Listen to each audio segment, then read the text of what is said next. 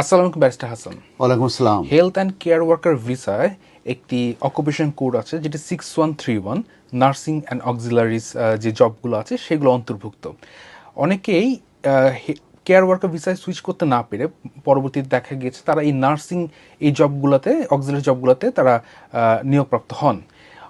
22 জেলার পরে একটি কনফিউশন অ্যারাইজ করেছে, যারা 6131 কোডে স্পন্সর আছেন তারা কি তাদের ডিপেন্ডেন্টদেরকে নিয়ে আসতে পারবেন কিনা।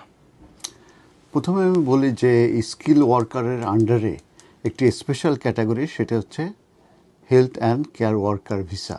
এবং হেলথ অ্যান্ড কেয়ার ওয়ার্কার ভিসার ভিতরে কিন্তু অনেকগুলো এসওসি আছে। তার ভিতরে পপুলার এবং খুব নন যেটা, সেটা হচ্ছে 6131 একটি। এছাড়াও আমরা 6135 কিংবা 6136 যেটা আছে সেটাও আছে, যেটা কেয়ারার এবং সিনিয়র কেয়ারার। আর 6131 যেটা, সেটা হচ্ছে নার্সিং অক্সিলারিস অ্যাসিস্ট্যান্ট। এই এসওসিটা কিন্তু খুবই পপুলার ছিল।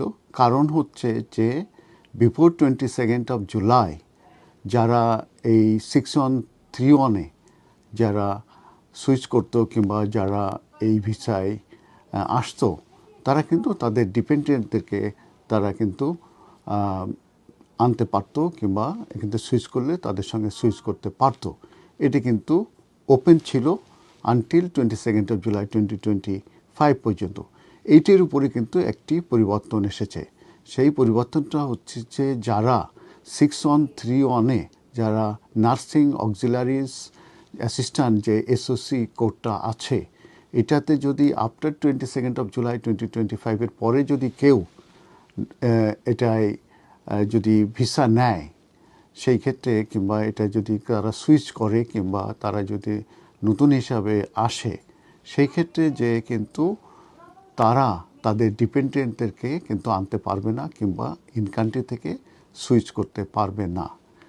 এবং এখানে আরেকটা জিনিস ক্লিয়ার করা দরকার যে এই কোডে এই এসওসিতে যদি কেউ সুইচ করতে চায় 6131-এ, এবং যে স্পন্সর মূলত কস ইস্যু করবে এই 6131-এর এই এসওসিতে, সেখানে কিন্তু সেই স্পন্সরে একজন রেজিস্টার্ড নার্স থাকতে হবে।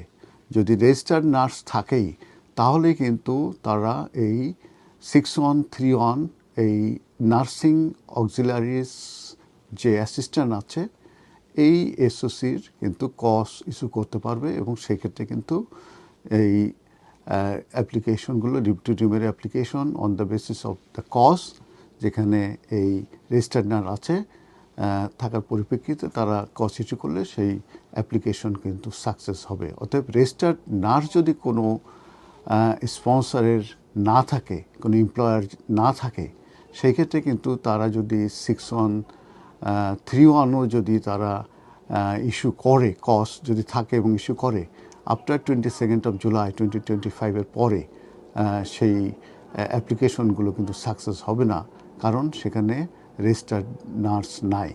অতএব ইন কনক্লুশন আমি বলবো, ফ্রম আফটার 22 জুলাই 2025-এর পরে যারা নার্সিং অক্সিলারিজ অ্যাসিস্ট্যান্ট হিসাবে যারা নতুন করে অ্যাপ্লিকেশন করবে এবং যারা লিভ টু রিমেন পাবে কিংবা যারা ইন্ডিপেন্ডেন্স নিয়ে আসবে, তারা তাদের যে ডিপেন্ডেন্টদেরকে আনতে পারবে না কিংবা ইন কান্ট্রি থেকে তারা ডিপেন্ডেন্ট হিসাবে সুইচ করতে পারবে না। ধন্যবাদ।